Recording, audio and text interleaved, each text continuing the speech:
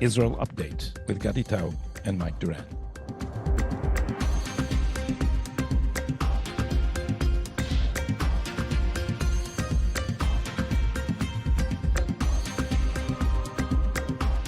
Hello and welcome to Tablets Israel Updates. I'm Gadi in Tel Aviv, and with me in Washington, D.C. is Chef de la Village, Mike Duran. Shalom, Mike. I told you would have a different title every week, and indeed you will. Yes, and you will never be able to guess what this one surprised me. This one surprised me. Where is your tie? You were not surprised by the one last week. You were accustomed to being the tribune of the plebs, are you? Yes, I was. My tie today is Sunday on a holiday weekend. I don't have to wear a tie today. Yeah. Oh, you're right. But it's still Israel Updates. My jacket is sufficient. My New Year's resolution. It's soon Rosh Hashanah in Israel and in the Jewish world all around. Our New Year, and my New Year resolution is to learn how to tie a tie and reconcile myself to my age. I know I'm much younger than you are, but still I'm approaching respectability, so I might as well. And so when you look for women to date, what age do you look for? Mike. Yes? Let's keep this on attire and politics. Oh, I was trying to help you understand how you're going to reconcile. I think the key test. I'll tell you. I know where you were trying to take this to my joke that you know, but let me tell you this: when you see a woman fit for me, you will know, and you will refer her to me. Okay. It's one of those things that you don't need a description. When you meet it, you will know. So it's been a very surprising week, especially. I'm going to interrupt you here. I meet three kinds of people in the world. People who do not know who Gadi Taub is. People who know who Gadi Taub is. Yeah, people who do know who Gadi Taub is and really don't approve. In which case they say, "Oh, you do the podcast with that guy," and they don't mention you by name. They'll say your friend. Your friend doesn't believe. Yeah. And then there are those who know who you are and approve very strongly. That's it. And you will meet them in the comments of this podcast. Yes, you will. Yeah, I think it was Churchill that said it. If nobody hates you, then you haven't done anything in the world. It's been a relatively surprising week, and we will hear all about that. Just because they hate you doesn't mean you're doing the right thing. All right, now I'll let you go on. Go on. Yes, the jury will disregard the last remark. Mike, why don't you do something you are more professional, like read us the news? Okay, Gadi. Throughout the week, the IDF intensified preparations for a major operation to conquer Gaza City. The Israeli Security Cabinet is set to meet this evening, that's Sunday night, to discuss IDF plans for a military operation, rather than the ceasefire and hostage deal accepted by Hamas 2 weeks ago. Prime Minister Netanyahu reportedly opposes that deal, favoring a comprehensive operation, while top defense officials support accepting the proposal to secure the release of the hostages. I can't believe you fell for all this, but go on, yeah. I'm telling you what's in the press. I'm not telling you what's actually going on. My job is to set up the ball on the ball so you can knock it out of the park. Do you not know that that's our format? This is the. I'm telling you. Job. Thank your agent and your God, and I won't continue. This is Ricky Gervais's line. Yeah, Mike, please continue. On Wednesday, at a White House meeting, President Trump unveiled, and this is according to the Washington Post, Gadi, an ambitious plan to establish a decade-long American trusteeship in Gaza, aiming to transform it into the, quote, Riviera of the Middle East, unquote, with luxury tourist areas, AI-based smart cities, and new infrastructure funded largely by Saudi Arabia, the UAE, and Qatar, while evacuating all 2 million Gazan residents with incentives like $5,000 grants and housing rights. The Gaza Reconstruction, Economic Acceleration, and Transformation Fund, that's an acronym that spells great, will manage investments without U.S. government funding, with the IDF overseeing security alongside private contractors and third country forces, eventually transitioning to local forces.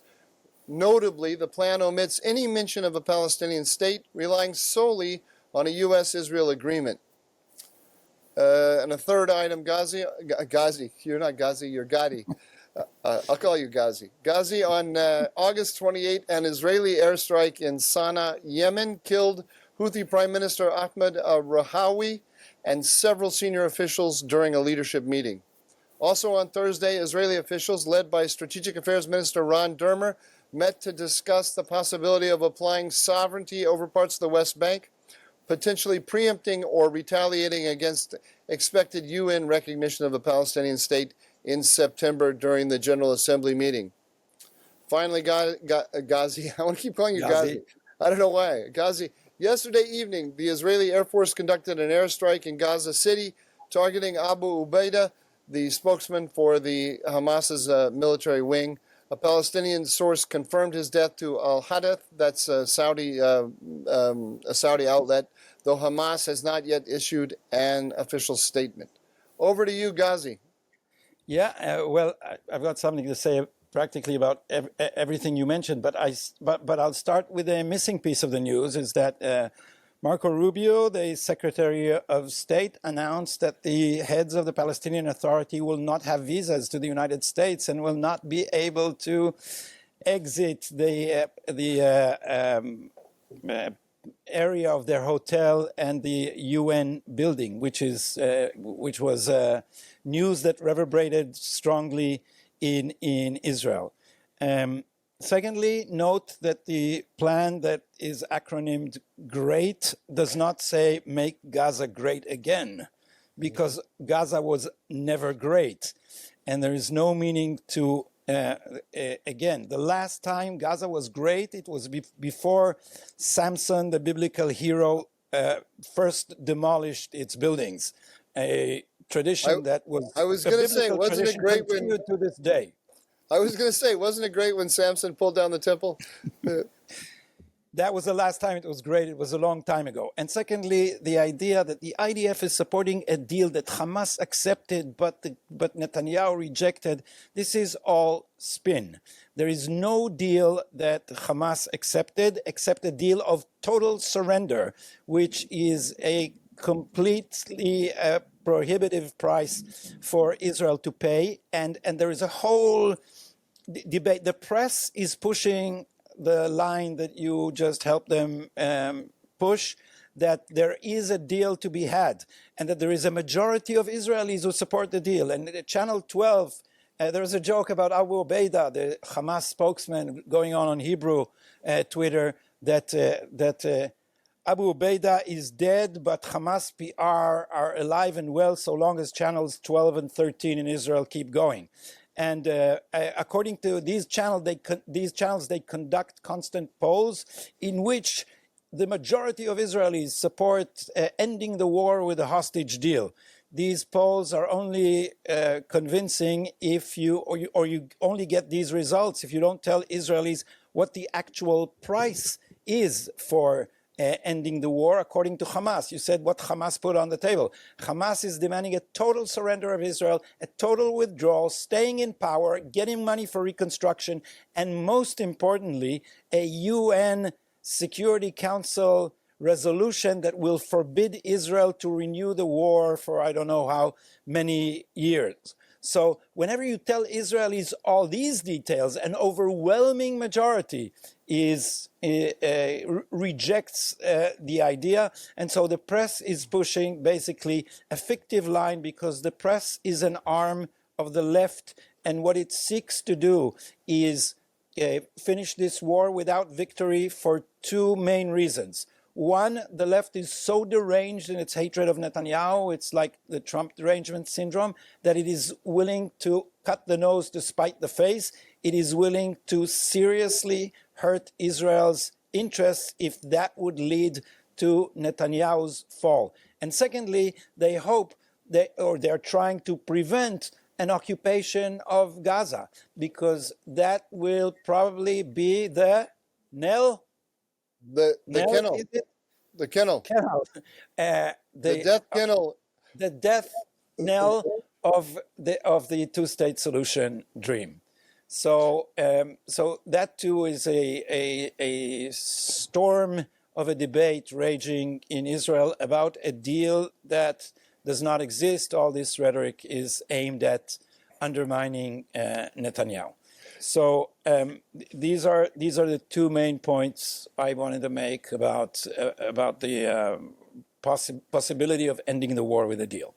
You correctly added Marco Rubio's announcement to the news. I left out, and I realized that I left out something else that needed to be in the news, which is that the E3, Germany, France, and Britain, began the process of reactivating or of activating snapback in the United Nations Security Council, which will reimpose 6 UN Security Council resolutions on Iran's nuclear program, putting the entire nuclear program outside of international law. I mean, prohibiting it according to international law.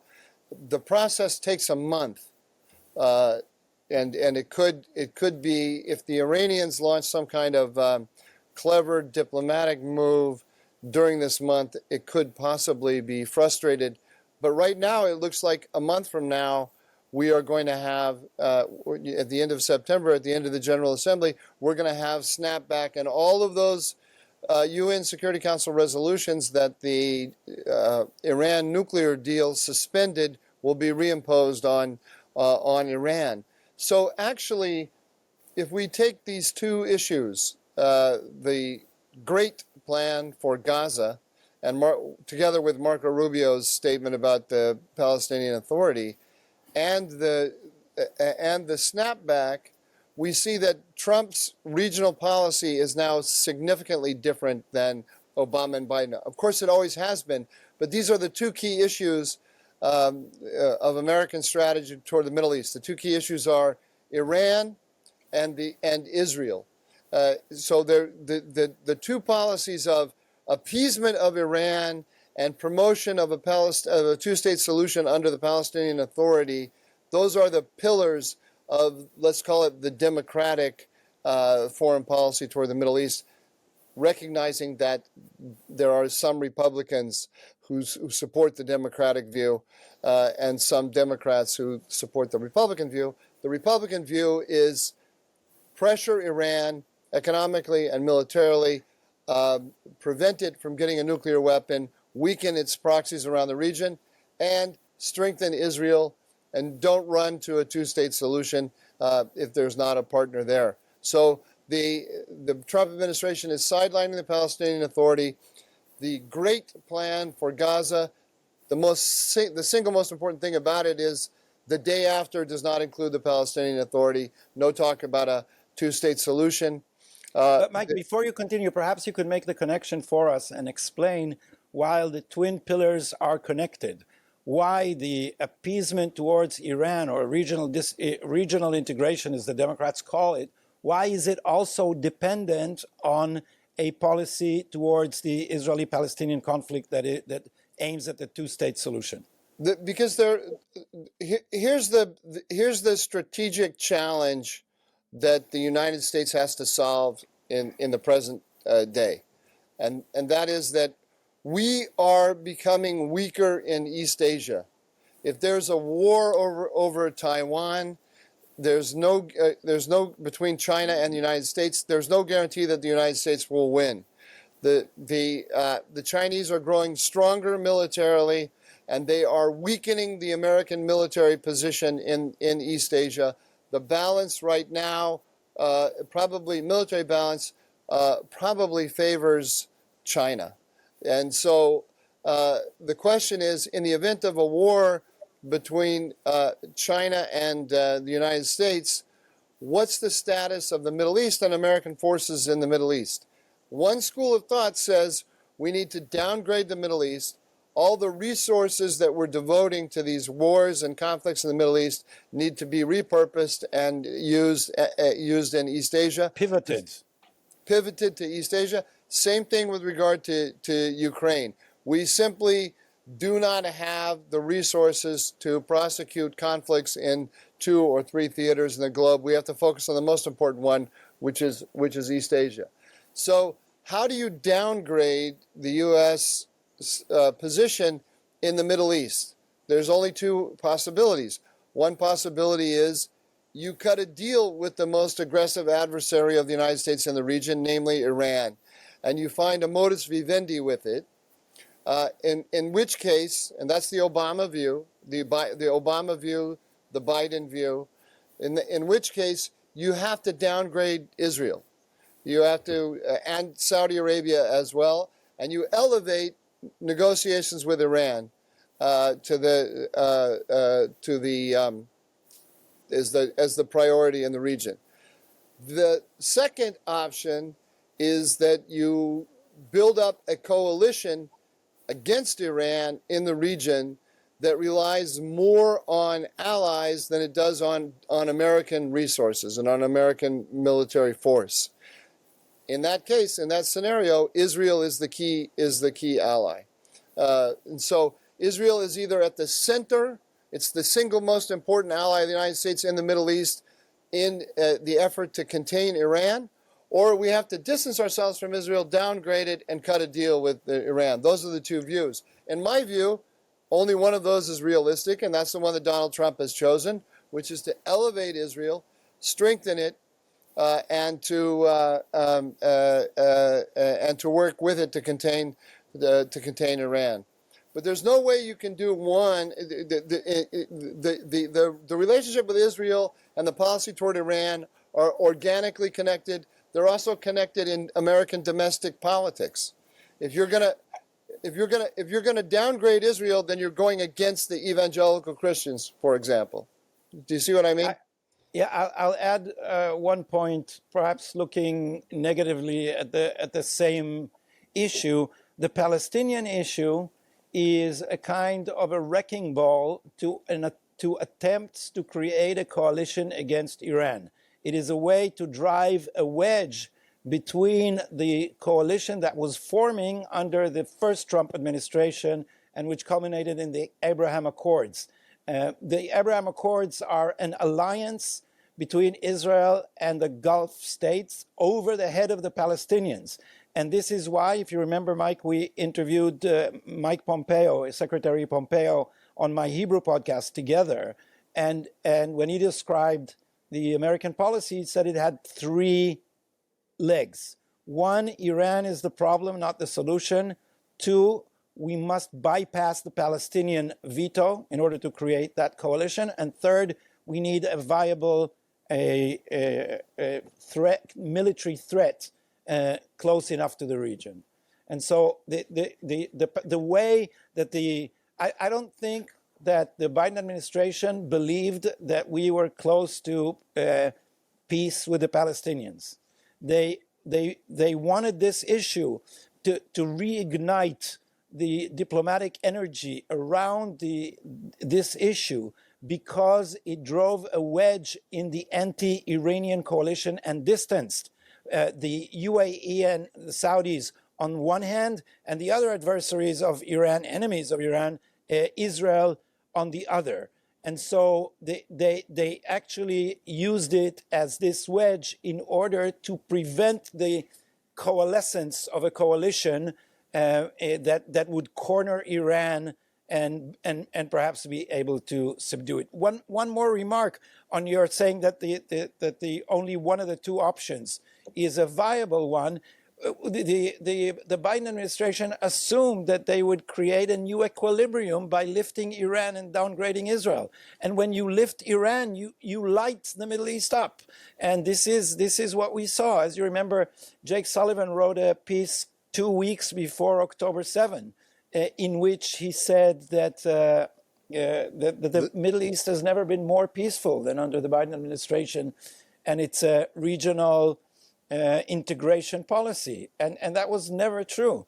because what happened under Biden is that these subversive forces, Iran is creating forces in the Arab world that are subversive of sovereignty. And political sovereignty in the Arab world is everywhere a delicate, shaky, ramshackle construct. And the Iranians are drawn into these vacuums and thrive on chaos. And this would have pulled America in one way or the other. And this is what they were trying to avoid when this war began. What happened at the end of the war is that I hope, managed to prove that we are not a burden to the United States, but an asset to the United States, as a senior fellow at the Hudson Institute has once advised us.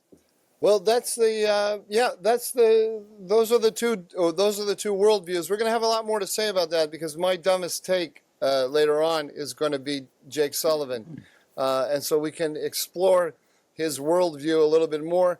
I'll just add one little thing right now to set up that dumbest take before we get to it, and that's that there is something, Gadi, and nobody knows this better than you, called transnational progressivism. And the Israel question, in addition to being a great way to drive the Palestine question, in addition to being a great way to drive a wedge between the United States and its Arab allies, is also a symbolic issue, a major element of the transnational progressive agenda. So you'll remember back in 2015 or so, 2014, 2015, at the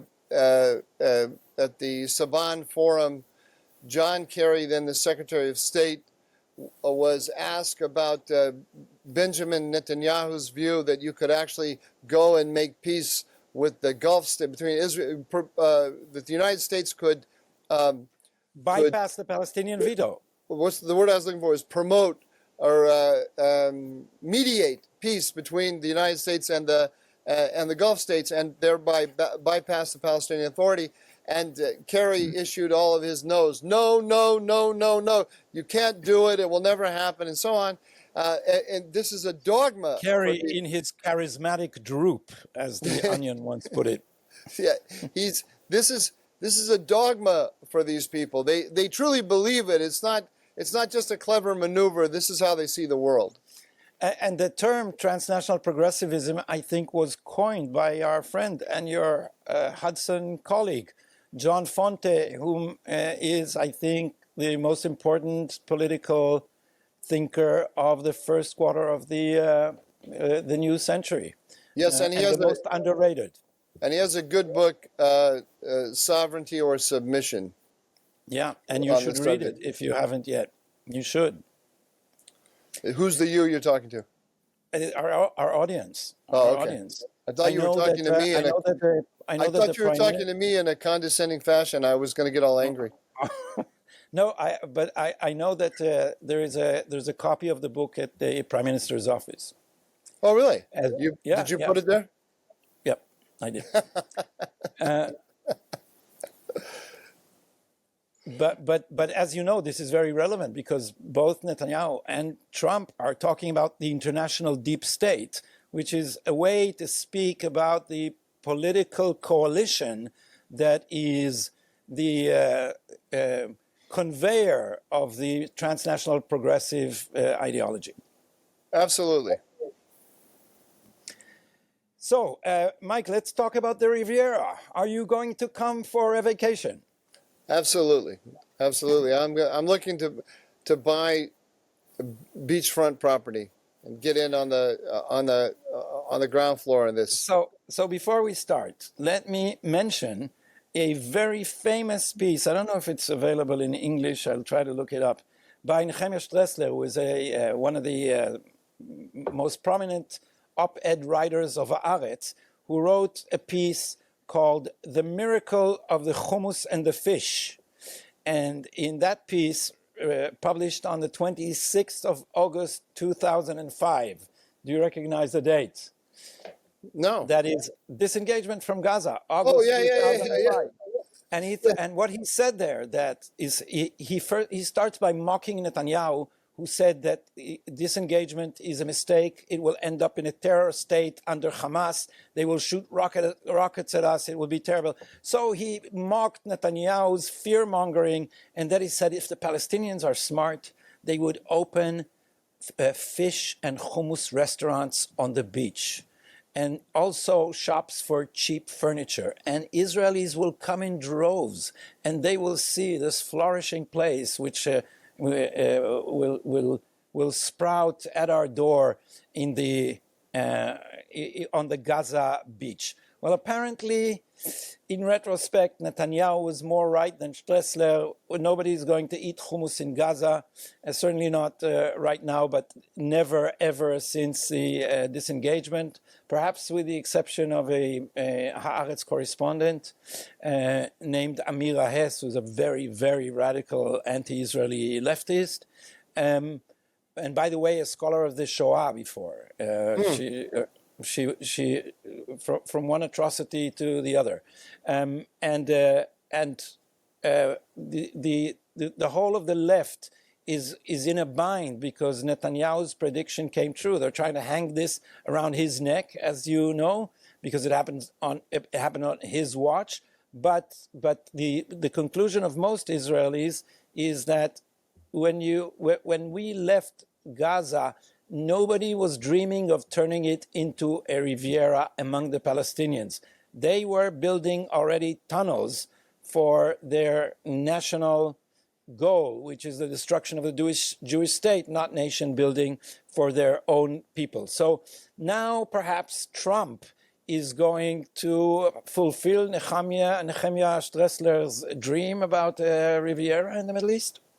Did I ever tell you about James Wolfenson and the Gaza greenhouses? Did we ever talk about that here? No, the greenhouses that Israel left were immediately destroyed by the Palestinians. Yeah, yes. I was in the White House at the time. I actually got an award inside the National Security Council for my role in the Gaza withdrawal. What's your role, Mike? I actually didn't deserve the award. It was the award was, the end of the year came and everybody needs to get a trophy, So they gave me a trophy for Gaza withdrawal. But but I was promoting it from the White House. Because that was the policy and was my job to promote the president's policy. But there was this funny thing that happened. And that's James Wolfenson. He's an Australian Jewish guy, former head of the World Bank. Wolfenson has passed away since then. But he was a very childish man, I will say. I was surprised. I had not been around a lot of men of his stature before working in the White House. And he never ceased to surprise me at how petty and brittle and egotistical he was. Anyway, I shouldn't speak ill of the dead like this, but he really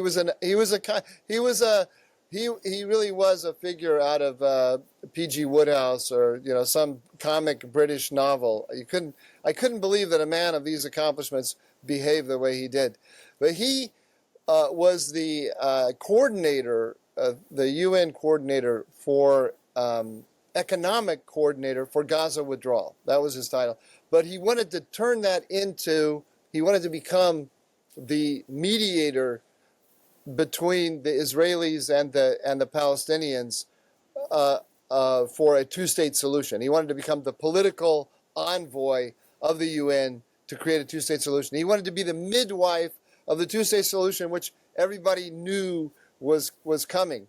And our attitude in the White House was that if there is going to be such a mediator, and it's not obvious that a two-state solution is coming, but if it is coming, then the midwife is going to be the United States of America, President George W. Bush, not James Wolfenson.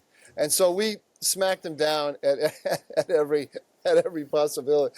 But to build himself up, he was going around and to build up his credentials as a great supporter of the two-state solution, he went around soliciting money from his rich friends for Gaza greenhouses. And he went, to protect reputations here, I won't say the names. He went to one very, very prominent billionaire whose name would be immediately recognizable to you. And it rhymes with Will Mates, right? And he went to him and he said, can you give me X million of dollars for the Gaza greenhouses? And this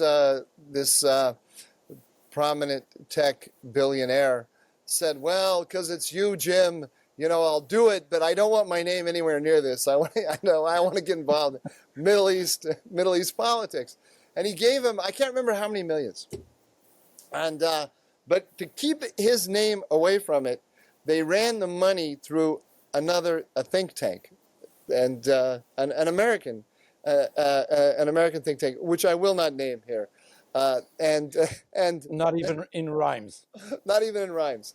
And that think tank took, if I recall correctly, a 20% service charge, off of the X millions of dollars. Made a nice, tidy little profit off of that being the pass-through for Wolfenson, and then the rest of the money went on to the Gaza Greenhouse Fund or whatever. But then, of course, the minute the Israelis withdrew, the Hamas went in and just took apart. They completely destroyed the greenhouses and sold it for scrap, and that was it. James Wolfenson's great greenhouse project came crashing down. When the dreams of transnational progressives come into contact with the actual politics, with the reality of the politics, Palestinian politics. It's a beautiful thing to see, Gadi, actually, when it happens. They don't necessarily adjust, but reality does get a vote somewhere in this conflict. But since they have such a controlling grip on the media, we rarely pause to think how destructive the Palestinian national movement is. It is a unique phenomenon. It is only negative. The Palestinians got per capita aid more than any people on the globe, and they sunk it all into weapons, corruption, and destruction. They keep teaching in their books that the only national heroes are murderers of Jews. They have not engaged in any sort of nation building, and you can see the amazing contrast with the Zionist movement and why we Zionists misunderstood them, because the whole Oslo process was based on the idea that, of course, they want what we want. I interviewed a very radical leftist on my Hebrew program, on my Hebrew podcast. It just recorded, it didn't come up yet. He's from Haaretz Kobiniv. He's a satirist. And he said, of course, when you free the Palestinians, they will want what every other person wants. They'll want a good job. They want freedom and equality, he said, and they want a safe environment to grow their children. And no, they don't. In the end, he keeps talking about Zionism as colonialism. I told him, you're the colonialist, because you impose your view of what human beings should want on everyone else, and you're never listening to them. You're not taking them seriously. And so we are trapped in this politically correct world where we can't say that the Palestinian national movement is rotten to the core, because it is, Mike. It is terrible. It is a cult of death, and it produces these jihado-Nazi nutcases who take groceries from your refrigerator while parents watch their child die on the floor after getting being shot with a Kalashnikov, and the guy is taking stuff and eating from the refrigerator. These guys GoPro'd their atrocities and were cheered by their crowd. But because of political correctness, we are not allowed to say this, especially by people like the one I interviewed, Or Haaretz. We should not, and what does this mean? It means we don't take them seriously. We take indigenous people like children who lack moral responsibility, and we only hang our favorite moral projects on their neck. And this is why your descriptions of the greenhouse project is so on the mark. Because, of course they would want to grow flowers and export them. And no, they train children from kindergarten in the art of revering death.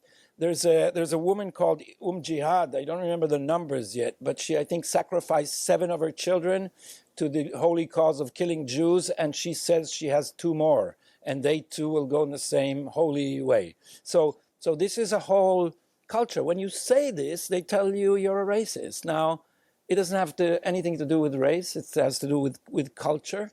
But the whole thing of trying to use a scare word in order to shut you up and not describe reality is horrendous. This is what ends up with October 7. We did not take seriously their explicit, avowed aims to destroy us. And this is the same thing with progressives anywhere. This is the Obama administration and Iran. These people are saying death to America. And you think, oh, we just didn't apologize enough. They're angry for our colonialism. And once we stop cornering them, they will come around because everybody is the same. And everybody wants an American constitution. Or as Dan Shiftan, our friend, likes to say, in every terrorist, there's a little Jefferson crying to be let out. And there isn't. Well, that was a mouthful. He was. Yeah, I agree with it all. Of course, no pushback at all. I would push back around the edges. For me, around the edges. There's no point. But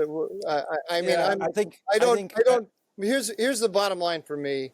The bottom line for me is that I do not believe that a state of Palestine, however configured, is going to bring peace and security to Israel or to Jordan.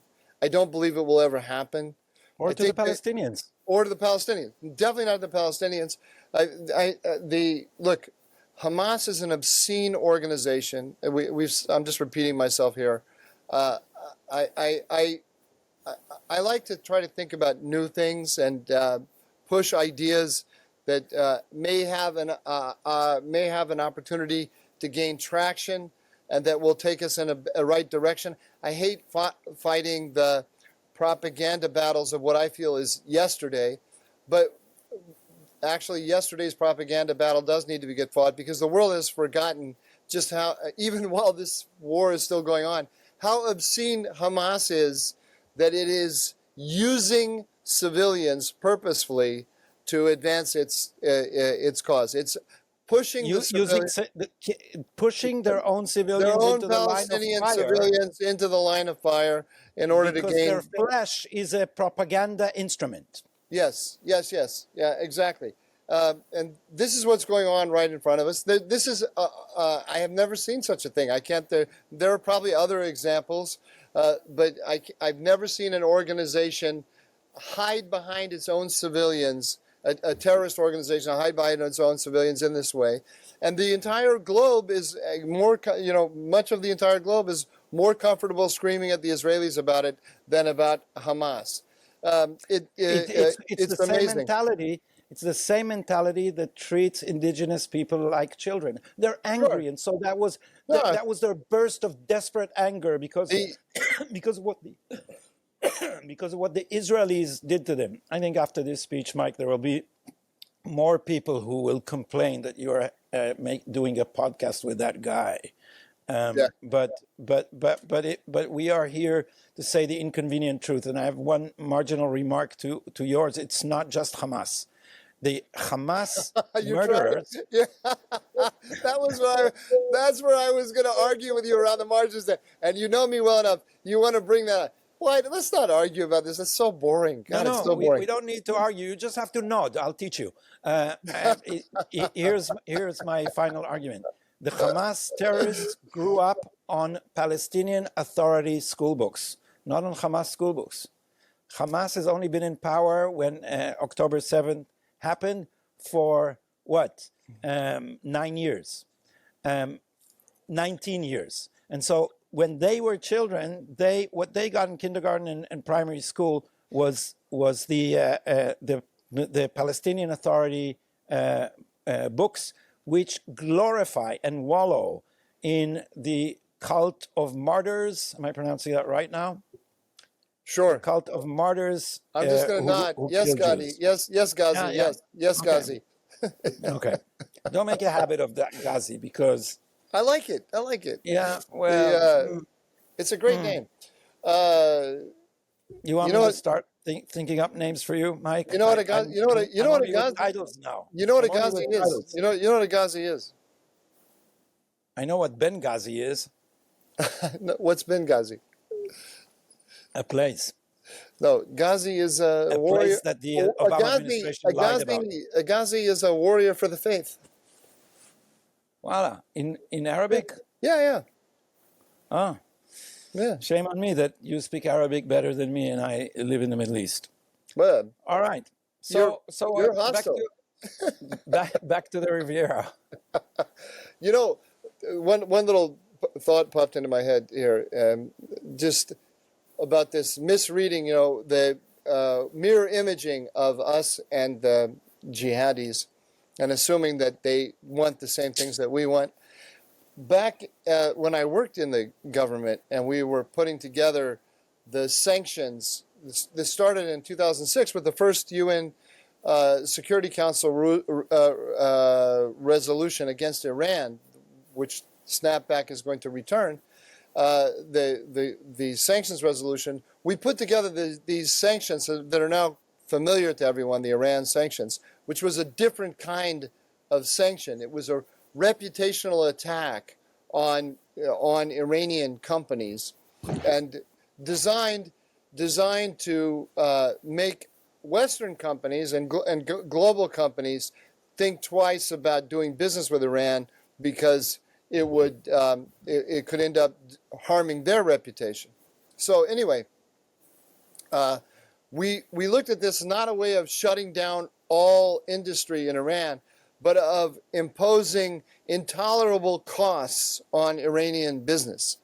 And so in response to this, from 2006 until today, Iran has set up this very complex global oil sales network and shadow banking network, so that it can sell oil almost exclusively to China, and then take the proceeds and do whatever it wants with it. We don't need to go into detail about the components of the shadow banking network, but the effect of this has been an American policy success, in that the Iranians are selling their oil to China at roughly, I mean, I'd have to go and sit and do some serious calculations, and they would always be an estimate, but roughly at 50 cents on the dollar.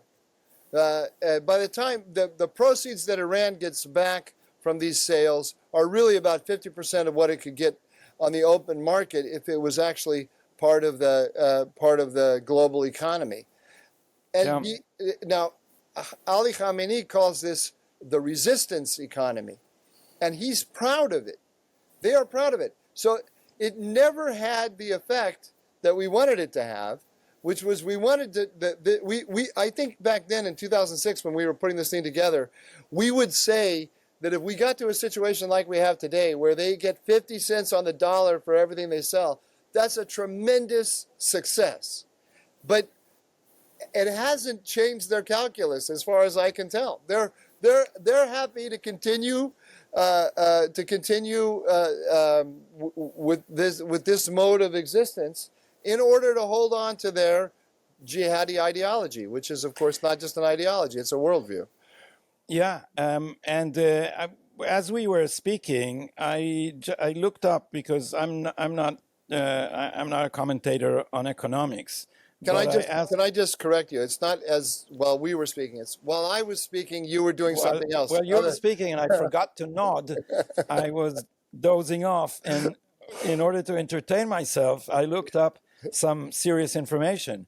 And the Iranian rial is now, I don't even know how to pronounce I had to switch it around because it's 0.4024 of a dollar, which means that $1 is now 42,075 Iranian rials. So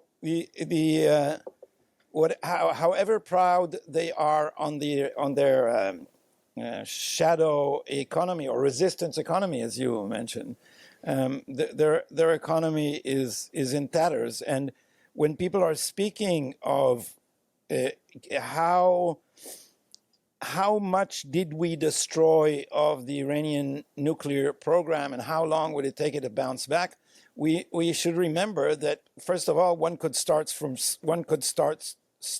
scratch and build a nuclear program. But what happened is that this has been made prohibitive. And if the United States and Israel sustain the same policy in which we exact a horrendous price for the attempt to build a nuclear program or a military nuclear program, Iran, that's enough of a deterrent. I lost you on the last point. What was your point? I'm sorry, I nodded off. Yeah, no, you were looking up economic data of your own. No, I actually I didn't quite grasp the last point because I thought you were. So the last point is that if the policy that you at the White House and Mr. Wolfson, was it his name? Wolfenson. James and Wolfenson. Mr. Bush together constructed to make doing business for other companies with Iran prohibitive. What we achieved in this war is making the price of reconstructing the nuclear program for now prohibitive. Oh yeah. Even more prohibitive. Yep. It's amazing because Dan Margalit, I don't know if you know him, a prominent journalist in Israel, died last week. Before he died, he was a radical anti-Bibi person, and was he the anchor of the nightly news for a while? He was an anchor of Popolitica, which is a controversial program of Israelis shouting at each other about politics. But he was the one who discovered the infamous dollar account of Rabin's wife in his first term, and that led to Rabin's resignation. So he was a very prominent journalist, and a very extreme anti-Bibi voice. And he gave this interview to Amit Segal where you see he is dying. It's an effort for him to even speak. And he said, I was wrong all my life. We did not realize what a danger, a nuclear danger, we were toiling under and bringing our children under. And now the situation that Israel is in is the best that has ever been in its history. He said 1,000,000%. He said, Amit Segal said, the best in history, and he said 1,000,000%. And so he couldn't give credit to Netanyahu for that, but clearly, as this man is dying, and admirably, he confessed a misconception which he held for most of his life and for much of the last period. Wow, I'm going to look that up. That's amazing. It's very difficult to say that you were wrong for someone like that. For anyone, it's very difficult to say you were wrong your whole life. That's amazing. Wow. Unless you were wrong, unless you're used to being right, and then you can afford to be wrong once in a while. Yeah, but to say your whole I said I was wrong about Oslo, Mike, and disengagement. I was wrong about Oslo too. I was a supporter of Oslo. Yeah. You were also supportive of disengagement. You even got a prize for it. That is true, but by the time Gaza disengagement came, like when I was giggling over Wolfenson I And didn't the look at it as the greenhouses. tragedy. I looked at it as funny. I had to support the president's policy. You know what? Swayed me on disengagement more than anything was Ariel Sharon, because Sharon was for it. So Yeah.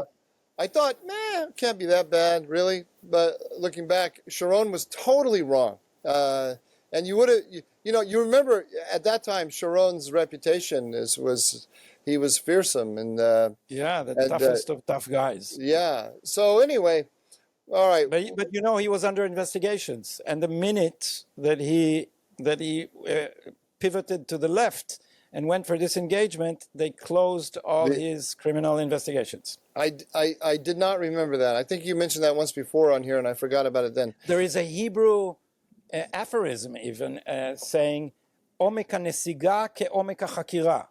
The depth of The depth of the retreat in proportion to the depth of the investigation. and a prominent journalist, Amon Avramovich, who is the chief commentator of Channel 12, said once Sharon moved to disengagement, he said, you must preserve him like an etrog. Le'atreg, it became a word. Etrog is the citrus plant that is one of the 4 species of Sukkot, and an etrog is something you preserve in a box with cotton in order to protect it from everything. So the press was actually confessing that once you do our bidding, we will protect you like an etrog. And there you are. And Netanyahu did not support the 2-state solution. And there he is. Okay. All right. Should we move on? Yeah. Shall we just sum up the Riviera thing? I feel uneasy that we drifted into anecdotes and said nothing about the prospects of the plan. So is it a workable plan, Mike, with AI cities and whatnot? So is it a workable plan? I don't know. It depends, first of all, on defeating Hamas in Gaza. So until we have the Gaza operation, we don't have any possibility. Secondly, it requires moving lots of Gazans out of Gaza. This is back to Trump's idea of relocating people. We have to find other countries that are going to be willing to take them. I don't know who those countries are. None have been identified yet. And there's going to be a global opposition to this. So the idea is to move some Gazans within to protected areas inside Gaza and to move others out. And anyone who stays in Gaza will be able to go back to his house after it's rebuilt. But we're a long way from any of it being realistic. From my point of view, my attitude toward the great plan is the same as Trump's first Gaza-Lago. The most important thing to me, because I always just think about strategy, the American strategy, is that he's not insisting on a plan by the Israelis to bring in the Palestinian Authority and build a 2-state solution. Whatever happens in Gaza after Hamas, and I think there will be a day when Hamas is defeated. Whatever happens on the day after, the chance that it's going to be a 2-state solution, that the United States is going to be backing a 2-state solution with a Palestinian Authority, is getting less and less. And this is part of, we didn't mention the news item I put in there about Ron Dermer having discussions in the Security Cabinet about annexing territory in Judea and Samaria. This is the United States and Israel coming together in answer to Saudi Arabia, France, Britain, Canada, and so on about recognizing a 2-state solution. The combined recognizing a Palestinian state. I'm sorry. Recognizing a Palestinian state. This is the combined Israeli-American, that is Trump, Netanyahu answer to all these people, saying, "Go ahead, recognize a Palestinian. Go ahead if you want." And actually, they're saying, "Don't do it." But if you do go ahead and recognize a Palestinian state, here's what's going to happen. and you're going the effect of your actions is going to be to make the thing that you want even more unlikely. Yeah, it's very, very unlikely as it is, because people think of a Palestinian state as if we can create it with the breath, with our words. And there is since there has been no nation building going on, there is nothing there. It's not going to happen. The Palestinian Authority controls nothing. The Palestinian Authority is propped up on Israeli bayonets. We are the only force protecting the Palestinian Authority from Hamas in Judea and Samaria.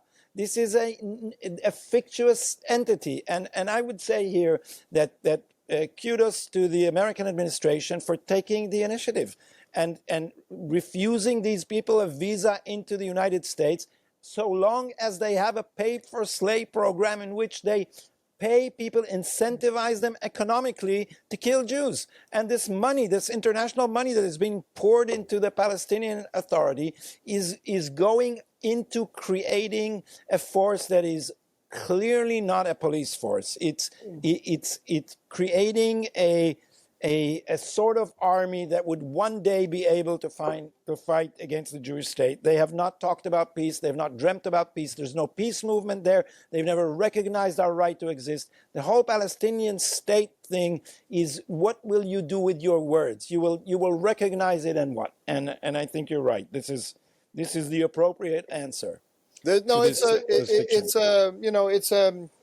a fantasy. It's a strange thing about the world, Gadi, that highly educated people, especially intellectuals, but not only, highly educated people with positions of responsibility and experience in the world, believe things that simply are not true. There is not going to be a two-state solution. It's not going to happen. And the only test of a policy is the likelihood of success. I mean, the only sane test of a policy. The first test. I'm sorry, I keep editing myself. That's because I want to get this sentence perfect. But who cares? You understand what I'm trying to say. One last thing. Nobody expects the Spanish Inquisition. One last thing here, which is that they all know the French, the British, the Canadians, the Obama and Biden administrations. They know that Abu Mazen doesn't control anything outside of Ramallah, and never will. So what they're trying to do is create an international coalition that will negotiate with Israel over the heads of the Palestinian Authority in its name, in order to hold on to this dream that this is the way to stabilize the Middle East. But it's not going to work. So we're running out of time, and we've got an interesting dumb mistake that you already promised. Yeah, the dumb mistake, and it's directly related to what we're talking about. Jake Sullivan went on a podcast this week. Jake Sullivan, that's the former national security advisor for Joe Biden, who was the man who pretended to be president for the last 4 years before Donald Trump. We can now say that. We can see clearly he wasn't really there. I believed he wasn't really there during his administration, but I was reluctant to say it because people rolled their eyes and said it's a conspiracy theory and so on. But we now know he really wasn't there. A smart political advisor in America told me at the beginning of the Biden administration, strictly speaking, there is no such thing as Joe Biden. Who said that? I can't tell you. Okay. I mean, I don't think he would want me to. He would want. And so anyway, Jake Sullivan was the national security advisor. So he was a super empowered national security advisor because the president wasn't really there. But he gave his view of things, and he all but admitted. He didn't quite say it. It's worth. I tweeted it. You tweeted it. We should put a link to one of those tweets in the description here of this video, like we did last week with Amidror. Or you know what? I can edit it in to the video. I'll edit the small segment. Okay. So let's listen. Let's listen right now. Sullivan. Yeah. Let's look at it right now, Gadi. I have in fact told a number of members who were thinking about the votes on these resolutions that the situation as it stands today, following the breakdown of the ceasefire in March, means that a vote to withhold weapons from Israel is a totally credible position. That is a position that I would support. Yeah. But for me, the bigger question you're asking is about the future of the U.S.-Israel relationship. Right. And here, I think it comes down to what is the future of Israel? Are we going to be dealing with the prime minister and a right-wing government for years on end, or is there going to be political change in Israel? Because I think that would have an impact on what the nature of the U.S.-Israel relationship. What is the democratic character of Israel 2, 3, 4, 5 years from now will have a huge impact on what the nature of the U.S.-Israel relationship will be. But if nothing changes in their government, if it continues to be a far-right government that continues this sort of policies, then it won't be the Israel as we've known it. And I think a lot of Israelis would say, they wouldn't recognize Israel then. And obviously that should have an impact on the relationship. So, Gadi, he's all but admitting that the administration was supporting a soft arms embargo on Israel during the war. And the goal, of course, is to save Israel from itself in order to preserve a two-state solution. The administration on October 7th decided that one of its strategic goals in the war was to prevent the Israeli right wing from benefiting from the massacre, benefiting politically, growing stronger politically because of the massacre of Israelis by Hamas. And that's why they had an arms embargo, and that's why they had all these sanctions resolution, all these sanctions against Israeli right-wing entities. It's why they were insisting that the Netanyahu government had to have a plan for the day after, even before the war had ended. They didn't mean this plan. No, they did not mean the Gaza plan. They wanted to drive a wedge. They wanted to create a crisis in the coalition and bring the government down. And now, Sullivan isn't quite admitting all of this, but he gives you enough information and shows the worldview of the administration so that it's not a stretch at all to see that. And that, of course, is what you and I said all during the conflict, but now we have it from the horse's mouth. We also had it already from Ilan Goldenberg, who admitted to Aviv Drucker on Channel 13 in Israel. I think it was even in Hebrew, but I'm not sure. It might have been with translation. But Ilan Goldenberg, I think, is a former Israeli or comes from an Israeli family. And he admitted that the administration was pushing for a change of government, a change of a coalition in Israel. Tom Nides, the former ambassador, also said as much, as well at the Aspen Ideas Festival. Ilan Goldenberg was one of the initiators of the sanctions machine, about which you wrote a brilliant article on Tablet called The Italian Strike, right? That's right. The name? Oh, yeah, thank you. Thank you for remembering the title and that it was brilliant. Yeah. It didn't get the... I'm not sure it was brilliant, but I'm pretty positive about the title. Oh, that was hurtful. Again, you had to be hurtful. You couldn't just let that... Yeah, you said Ghazi, man. You had to pay at some point. Ghazi's a great name. I like it. Yeah. It's good. It fits you, too. Good. Thank you, Mike Scott Duran. Silent. I hear silence. What's happening? Ma kore? Yeah. Nothing. I'm waiting for you to transition. Go ahead, transition. No, I think I'll stay male, Mike. Okay. So the conclusion is that the Biden administration was actually working with the Israeli opposition, with the Israeli press, to prevent an Israeli victory, to drive a wedge in the coalition using the day after plan. They worked with the Israeli military and the Israeli Defense Minister Yoav Gallant to try and create They withheld Netanyahu. arms. They withheld arms. So that's the that was the to take um, this to take this back to what I said originally about there being two pillars to American strategy. They on October 7th they made two decisions. One is the Israeli right cannot grow stronger. We have to protect the two-state solution. And then the second thing they decided is that we have to keep the channel to Tehran open, which means we can't allow Israel to escalate in Lebanon and elsewhere against Hezbollah and against Iran. Of course, Netanyahu did escalate slowly but surely, and we got to where we got now, which is the Iranian nuclear program is set back very significantly. and also the traditional system of alliances of the United States in the region is reconstructed, which is probably getting back to your point about the need to free forces for a possible war with China.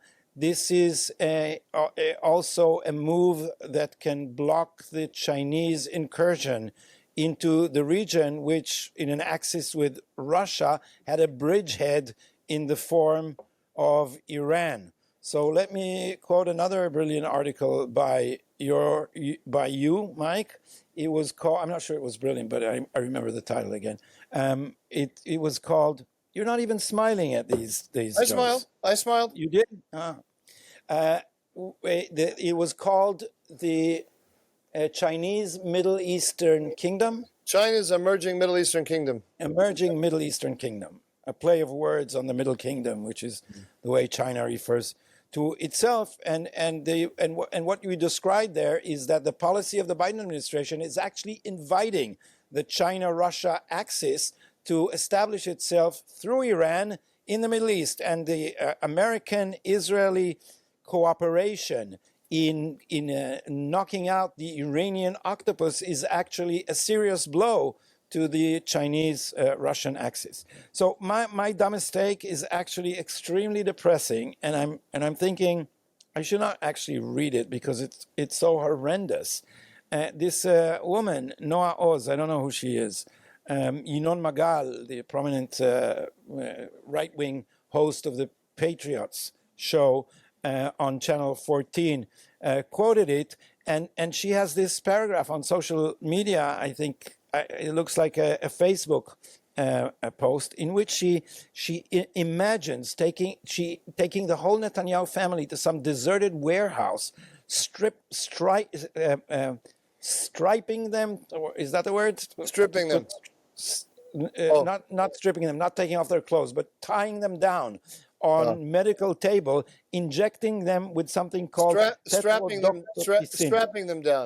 strapping them down, and injecting them with this tetrodotoxin, which apparently creates a situation in which you are totally aware of what is happening around you and can't move, and then remove your internal organs while injecting you with adrenaline so you don't faint and you can watch yourself being dismembered on mirrors that would be constructed on the ceiling.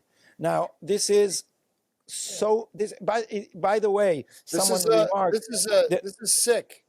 This is a reconstruction of an actual murder by the cartel at Guadalajara in 1985 or something. But this is, as you say, it is sadistically sick, and this is, I don't know who this woman is or how personally what her psychiatric situation is, but this is not a rare instance, and this is what is happening from a media that demonizes a legitimate politician for 2 decades, even more. Some of it has begun ever since he emerged in politics. But this constant dripping of blood, of poison, I mean, now that they've been saying since the beginning of the war that Netanyahu doesn't want the hostages back, that he doesn't care about their suffering. Some of them have been saying that he wants them to suffer more, that he wants them to die there. And when mainstream channels beat these deranged drums disguised as news for so long. This is what happens. And there will be, I predict, political violence. I hope, I pray that none of it will be directed at the Netanyahu family. But one of the leaders of the protest, a prominent person who was once in the Shabak unit protecting Netanyahu, called on the, how do you call Avtachat Ishim? You have a CIA unit for that too. The Secret Service, we say. So the Secret Service people protecting VIPs. Yeah. He called on the detail protecting Netanyahu to stop protecting him. So these people are, and then you have a head of the Secret Service, which is protecting Netanyahu, rebelling openly against the authority of the cabinet and the legitimacy of the prime minister. Then you are creating an extremely dangerous situation. And then law enforcement, which also belongs to the left, is behaving in the same way. These people are not arrested. They're not interrogated. And there was a bunch of radicals who came to the chief of the IDF's house with buckets of red paint and painted the whole sidewalk and street, and no one stopped them with red paint and blamed the chief of staff for the spilling the blood of Palestinian children. So this is, of course, broadcast worldwide. This is atrocious because Israel takes care with civilian lives and collateral damage, as it is called, more than any army in the history of the world, facing a terror organization which is bent on making human shields of its own population, but that is maximizing civilian death by putting its headquarters in hospitals, under kindergartens, by hiding among a civil population, which it is also starving. So we won't have time for this, but I had an exchange, I guess a one-sided exchange. I answered Representative Marjorie Taylor Greene, who blamed Israel for all this death, and I said in a few clear points, Hamas can stop this death any minute now if it surrenders and gives us back our hostages. It would not do that. This blood is on their hands. Secondly, they are making their own population into human shields. So this blood is, once again, on their hands. They are also, by doing this, they are committing a war crime. We are not. And if, because they succeed in making their own population into victims, if we stop pursuing them because of that, we will be incentivizing the policy of making human shields out of your own population. And if we do that, there will be no way for civilized countries to fight barbarians like the Hamas terrorists. So I'm sorry, Representative Greene, I don't want to disrespect an American politician, but you are completely morally wrong with all the media taking your side in most of the West on these issues. Okay. Should we call it quits there? Oh, Mike. Wow. No, you have to say something about listeners' comments. Oh, right. And I also say like us, subscribe, add a comment. And also I was hoping for some of your input about what is happening on the MAGA scene, where more and more prominent figures are turning against Israel. It's interesting. Marjorie Taylor Greene, Matt Gaetz, Tucker Carlson. We've of course talked about this. Bannon. The question is, Tucker Carlson's son works for J.D. Vance. Did you know that? Did we talk about it here? No, but I know they are close. So I think there are two basic interpretations. The leader of all this seems to be Tucker Carlson. I mean, he's when I say leader, he's the foremost representative of this point of view. I think it's there are a lot of things going on, but my question is, they are clearly going against Trump. They are citing They're taking a stance against Israel and against the policy of the president. And they're calling it MAGA, when actually they have exactly the same worldview as Obama and Biden with respect to Israel, Iran, the Palestinians, and so on. So the question is, why are they doing it? And I think there are two possible interpretations, which are not mutually exclusive. One is that Tucker Carlson actually thinks that he does represent MAGA, and the president doesn't. So they're, in other words, they're playing for the day after Trump. This is about the future of the MAGA movement.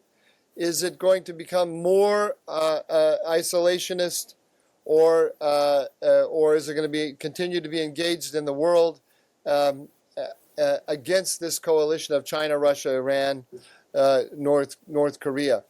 I think Carlson probably believes that he's bigger than Trump, that Trump has lost touch with the base, and that he can become a major player in defining the next stage of MAGA, the post-Donald Trump stage of MAGA, and set it up for, I'm not saying J.D. Vance is supporting any of this, but set it up for J.D. Vance if he so desires. The other possibility is that there are dark forces at work here. And when I say dark forces, I mean dark political forces. Because what's happening is that Trump's own base is being disrupted. And as you pointed out, the Palestine question, it's a great way to drive a wedge between the United States and its Arab allies. It's a great way to drive tensions in Europe among European powers, but also between the United States and European powers who are pushing for a two-state solution and so on. As a symbolic issue, the Palestine question is enormously powerful in a lot of different arenas. So, but one of them here is that it's dividing the president's base. So anyone with a lot of money who wants to divide Trump's base is going to be pumping up this idea. And I'm saying, when I say anyone, I mean domestic and foreign actors. The Democratic Party would like to divide Trump's base, for sure. But also Iranian and Qatari money, would you say? Yeah, anyone. Could be Chinese, could be Russian, could be Iranian. I don't know. Look, Qataris, who knows? Well, you can see who but I don't have any evidence. I don't have any evidence here. That's right. I don't want to name names because I have no evidence. But just by the structure of it, you can see that Tucker Carlson, there are going to be interests that are going to see value in this and are going to be willing to pay for it. I don't know that they are. I don't know. I don't have a clue. Tucker Carlson may not be looking for money at all. His wife is the heir to the Swanson frozen foods fortune. Maybe money isn't even got. Maybe he's got enough money as it is, and it isn't even a consideration for him. But there is the potential here for money to get involved for very obvious reasons, just because they want to cause trouble for Donald Trump and the United States. It could be both, right? Could be money, and Tucker Carlson believes that Marjorie Taylor is setting herself up. She believes that this is the future. I don't know. There's a third thing here at work as well, which is that people. There are certain people who have a conspiratorial view of the world, and they believe that the world is run by conspiracy. We've had conspiracies in our politics in the last few years. Russiagate was an anti-Trump conspiracy, which involved key top figures in the Obama administration, including in the intelligence and national security arena. Apparently including Obama. Perhaps including Obama, in order to prove this, in order to create this impression that Donald Trump was the creature of Vladimir Putin. So there are conspiracies that happen, but then there's a kind of mind that sees the world as run by conspiracies, The minute you think that that's the way that demons are running the world in the most and the trickiest, most devious fashion, it's almost inevitable that your mind grabs a hold of that you become anti-Semitic if you're not already. If your mind works that way, you're probably anti-Semitic to begin with, because anti-Semitism is the mother of all devious conspiracy theories. So maybe they just believe this crap. I don't know. I don't know. All right. Do we have anything to say about listeners and viewers' comments?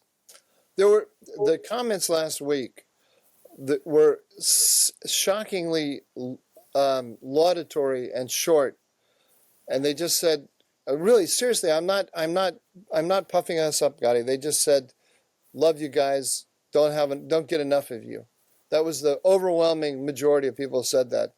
Some said breath of fresh air, and I can tell you something about what some of the media on the right has been doing, because I think that we are doing a little of that. The left is very arrogant, and it's usually condescending, not just to right-wing pundits, but also people on the right are made by the media to feel ashamed of their opinions. And in Israel, they have been right. Those who have been taunted and mocked for, making doomsday prophecies about Gaza or other stuff like Netanyahu have usually been derided, and his voters are derided as baboonim, that's a kind of monkey, as botim, as idiots, as chachchachim, and deplorables in general.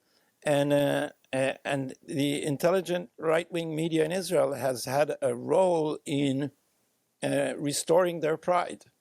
And I think, Mike, that since one of us, Hudson Fellow, is clearly intelligent, I think that the other guy, that other guy, I don't know about him. Is the word chach, is that still in use, or is that gone out of? Not really. No, it has been. It's like the N-word. You don't. Oh, you don't. I remember when I remember when Menachem Begin said it in a speech. Remember that? With the wrong accent. Chachchachim. He said, I haven't heard this word, but he was, yeah. So I think that applies to a lot of our. That's what I gather from the comments. A lot of our viewers and listeners are oppressed by the high-handed media, which sells ridiculous narratives like Netanyahu is prolonging the war in order to stay in power and other crap. And they feel that something is wrong with what they are being fed, but don't always have the resources or the sources in order to disprove it. And that is part of our role. Another comment that was repeated, the second most prevalent comment was, you promised us the link to Yaakov Amidror's podcast, and you didn't put it in the. I corrected that. I know you did. I just want to make, just for those who may have left a comment, watched it, left a comment, and then forgot about it, we corrected it. Gadi corrected it and put the link. We're listening to we're reading your comments, and we are trying to improve by reading them. That's it for that. That was one of our longest shows, Mike. Do you want to prolong it anymore, or are you going to let me? I want to say that we are as sane as possible under the circumstances. Oh, what a surprise! Yeah. So thank you for suffering us for an hour and 20 minutes. Wow! And we plan to be back next week. We no longer commit until we prove ourselves to this weekly schedule, but we are working on it. So thanks for being with us, and hopefully we will see you again next week.